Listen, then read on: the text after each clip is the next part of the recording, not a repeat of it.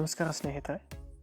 ಕರ್ನಾಟಕ ಸರ್ಕಾರ ಈ ವರ್ಷ ವಿದ್ಯಾರ್ಥಿ ವೇತನಕ್ಕಾಗಿ ಸ್ಕಾಲರ್ಶಿಪ್ ಪೋರ್ಟಲನ್ನು ಪ್ರಾರಂಭ ಮಾಡಿದ್ದು, ಈ ವರ್ಷ ವಿದ್ಯಾರ್ಥಿ ವೇತನಕ್ಕೆ ಆನ್ಲೈನ್ ಮೂಲಕ ಅರ್ಜಿ ಸಲ್ಲಿಸಬೇಕಾಗಿದೆ. ಮೊಬೈಲ್ ಮೂಲಕ ಸ್ಕಾಲರ್ಶಿಪ್ಗೆ ಅರ್ಜಿ ಹೇಗೆ ಸಲ್ಲಿಸೋದು ಎನ್ನುವಂಥದ್ದನ್ನು ನಾನು ಈ ವಿಡಿಯೋದಲ್ಲಿ ತಿಳಿಸ್ಕೊಡ್ತಾ ಇದ್ದೇನೆ.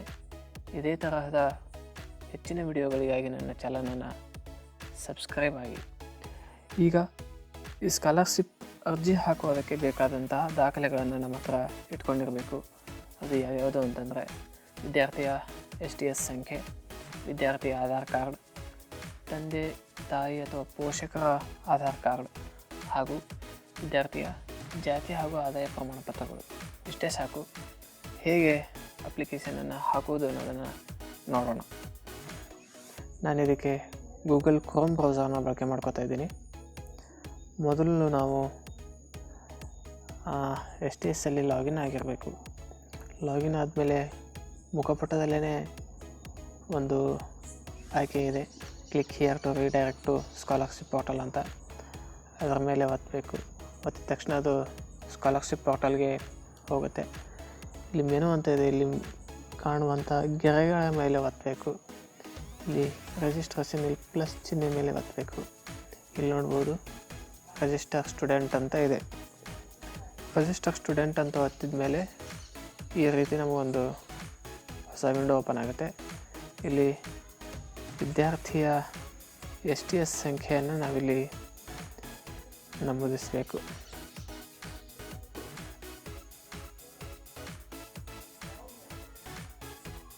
ನಮೂದಿಸಿ ಮಾಹಿತಿ ಪಡೆಯಿರಿ ಎಂದು ಕೊಟ್ಟರೆ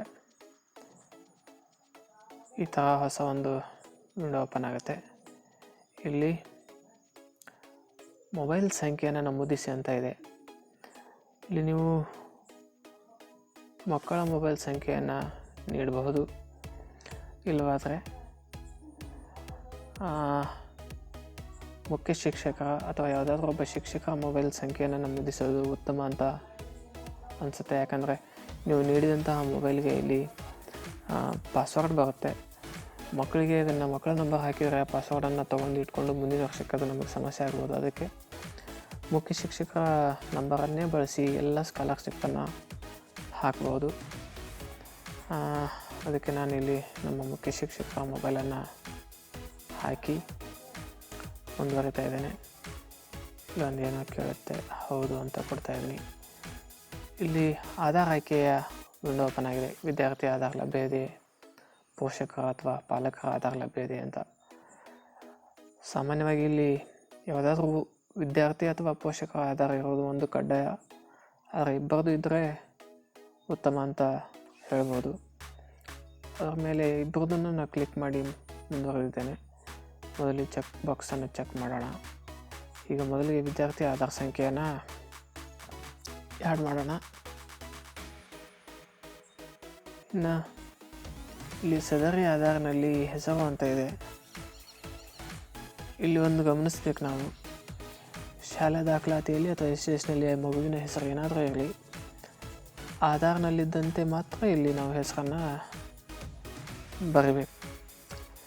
ಇನ್ನೊಂದು ಗಮನಿಸಿ, ಇಲ್ಲಿ ನೀವು ಹೆಸರನ್ನು ಬರೆಯುವ ಸಮಯದಲ್ಲಿ ಎಲ್ಲವನ್ನು ಕ್ಯಾಪಿಟಲ್ ಲೆಟರ್ನಲ್ಲೇ ಬಳಸಿ. ಯಾಕಂದರೆ ಇದರಲ್ಲಿ ನಾವು ಬರೆದಂತೆಯೇ ಇದು ಪ್ರಿಂಟ್ ಬರುತ್ತೆ. ಇಲ್ಲಿ ನಮ್ಮ ಹತ್ರ ಯಾರದಿದೆ ಆಧಾರ್ ಕಾರ್ಡ್, ತಂದೆದ ಅಥವಾ ತಾಯಿದ ಅಥವಾ ಬರೋದಿಲ್ಲ ಅಂದರೆ ಪಾಲಕರ ಆಧಾರ್ ನಂಬರನ್ನು ಹಾಕ್ಬೋದು. ಇನ್ನೆಲ್ಲ ಬರೆದ ಮೇಲೆ ಉಳಿಸಿ ಮತ್ತು ಮುಂದುವರಿಯಿರಿ ಅಂತ ಕೊಡೋಣ. ಮತ್ತೊಂದು ಇಲ್ಲಿ ಒಂದು ವಿಂಡೋ ಓಪನ್ ಆಗುತ್ತೆ. ವಿವರ ಸರಿದೆ ಅಂತ ಓಕೆ ಕೊಡ್ತಾ ಇದ್ದೇನೆ. ಇಲ್ಲಿ ವಿದ್ಯಾರ್ಥಿಯ ಪ್ರಮಾಣ ಪತ್ರದ ವಿವರನ ಇಲ್ಲಿ ನಾವು ನಮೂದಿಸಬೇಕು. ಮೊದಲಿಗೆ ಧರ್ಮವನ್ನು ಆಯ್ಕೆ ಮಾಡಿಕೊಳ್ಳೋದು. ಇಲ್ಲಿ ನೋಡ್ಬೋದು ಅನೇಕ ಧರ್ಮಗಳಿದೆ. ಇಲ್ಲಿ ಅಲ್ಪಸಂಖ್ಯಾತ ಧರ್ಮವನ್ನು ನಾವು ಸೆಲೆಕ್ಟ್ ಮಾಡಿದರೆ ನ್ಯಾಷನಲ್ ಸ್ಕಾಲರ್ಶಿಪ್ ಪೋರ್ಟಲ್ ನಂಬರನ್ನು ಕೇಳುತ್ತೆ. ಇದನ್ನು ಹೇಗೆ ಮಾಡೋದನ್ನು ನಾನು ಇನ್ನೊಂದು ವಿಡಿಯೋದಲ್ಲಿ ನೋಡೋಣ. ಈಗ ಕೇವಲ ಹಿಂದೂ ಧರ್ಮದಲ್ಲಿದ್ದಂಥವರ ನಾನು ವಿದ್ಯಾರ್ಥಿಯನ್ನು ತೊಗೊಂಡಿದ್ದೀನಿ. ಈಗ ಮೊದಲು ನಾವು ಧರ್ಮ ಸೆಲೆಕ್ಟ್ ಆದಮೇಲೆ ಜಾತಿಯನ್ನು ಸೆಲೆಕ್ಟ್ ಮಾಡ್ಕೋತಾ ಇದ್ದೀನಿ. ಪರಿಶಿಷ್ಟ ಜಾತಿಯ ಪಂಗಡವ ಈ ರೀತಿ ಇದೆ. ಈ ಥರ ಹಿಂದುಳಿದ ವರ್ಗ. ಇಲ್ಲಿ 15 ಅಂಕಿಯ RD ನಂಬರನ್ನು ಕೇಳ್ತಾ ಇದೆ. ಜಾತಿ ಪ್ರಮಾಣ ಪತ್ರದ ಸಂಖ್ಯೆ.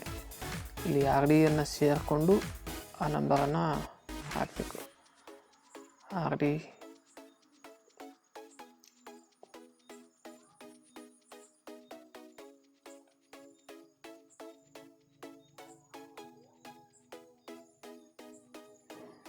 ನಂಬರನ್ನು ಹಾಕಿ ಪರಿಶೀಲಿಸಿ ಅಂತ ಕೊಡಬೇಕು.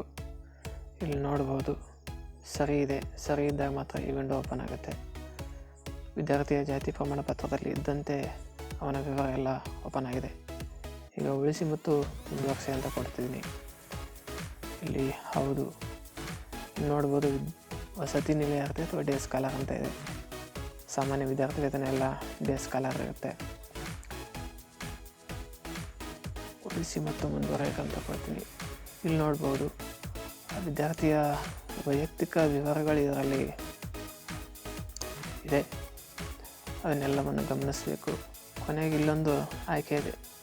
ಪೋಷಕರು ಅನೈರ್ಮಲ್ಯ ವೃತ್ತಿಯಲ್ಲಿ ತೊಡಗಿರುವವರ ಎನ್ನುವಂಥ ಒಂದು ಆಯ್ಕೆ ಇದೆ. ಒಂದು ವೇಳೆ ವಿದ್ಯಾರ್ಥಿಯ ತಂದೆ ಅಥವಾ ತಾಯಿ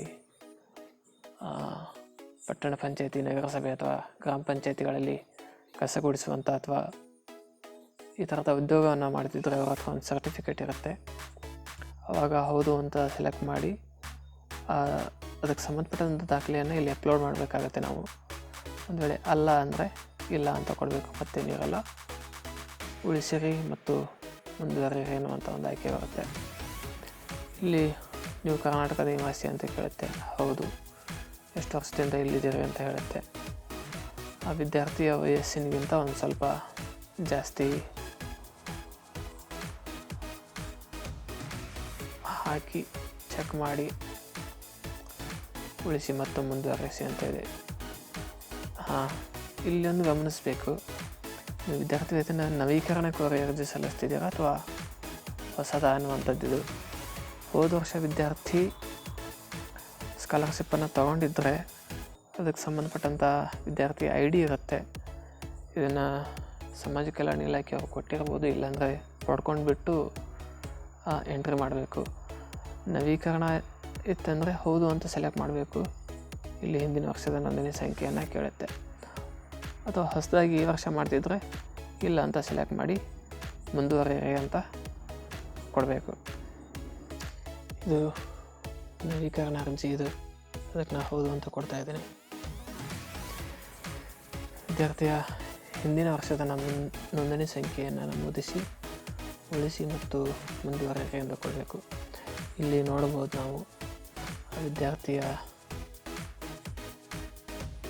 ಎಲ್ಲ ಮಾಹಿತಿ ಸರಿಯಾಗಿದ್ದರಿಂದ ಅಕ್ನಾಲೇಜ್ಮೆಂಟ್ ಇಲ್ಲಿ ಬಂದಿದೆ.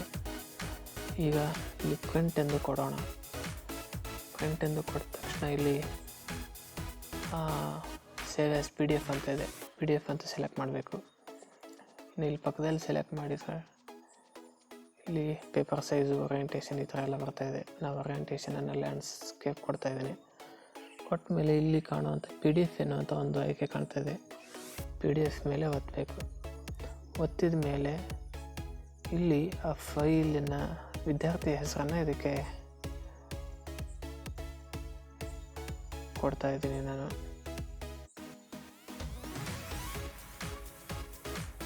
ಹೆಸರು ಕೊಟ್ಟು ನಾವು ಸೇವ್ ಮಾಡಿದರೆ ಅದು ಡೌನ್ಲೋಡ್ ಎನ್ನುವಂಥ ಒಂದು ಫೋಲ್ಡರ್ನಲ್ಲಿ ಹೋಗಿ ಕೂತಿರುತ್ತೆ. ಆ ಫೋಲ್ಡರ್ನಲ್ಲಿಯೂ ಕೂಡ ಅದನ್ನು ನಾವು ನೋಡೋಣ. ನೋಡ್ಬೋದು ಫೈಲ್ ಮ್ಯಾನೇಜರ್. ಈ ರೀಸೆಂಟಲ್ಲೇ ಇಲ್ಲಿ ಬಂದಿದೆ. ಆಲ್ ಫೈಲ್ಸ್ಗೆ ಹೋಗಿ ಡೌನ್ಲೋಡ್ಸ್ನಲ್ಲಿ ಇಲ್ಲಿ ನೋಡ್ಬೋದು ಅಮೃತ್ ವಿಟಪ್ನವರ್ ಅಂತ ವಿದ್ಯಾರ್ಥಿ ಹೆಸರು. ಇಲ್ಲಿ ಬಂದು ಸೇವ್ ಆಗಿ